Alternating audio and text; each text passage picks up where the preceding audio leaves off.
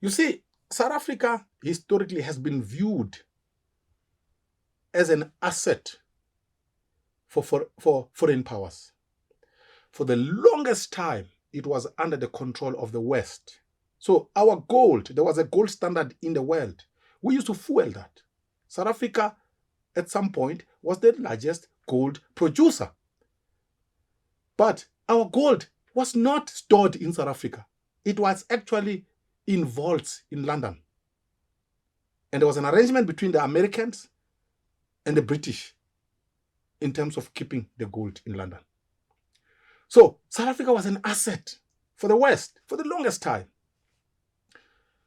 When the Soviet Union supported the ANC during the liberation struggle, they had hoped that once the ANC takes over, they would actually snatch South Africa from the Westerners. By the way, if you think this is far-fetched, go and read the book by Marcus Wolf. I've just finished reading it. A book that came out in 1997. This chap was the spy chief in East Germany. He actually reveals many things in terms of what the Soviet Union were planning and everything else. The title of the book is A Man Without a Face. You will learn a lot. So Putin hasn't given up the hope that South Africa could be snatched. So South Africa now is actually being, the forces that are fighting for South Africa in the main are three outside South Africa.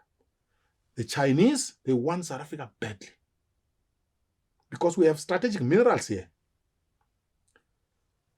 The West, even though the West is in tatters now, and the West brings together Western Europe, America, and you can include New Zealand and Australia in that grouping.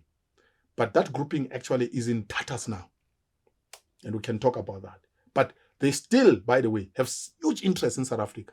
They cannot afford to let this country being snatched by the Russians. And then the third force is Russia, Putin. He wants it badly.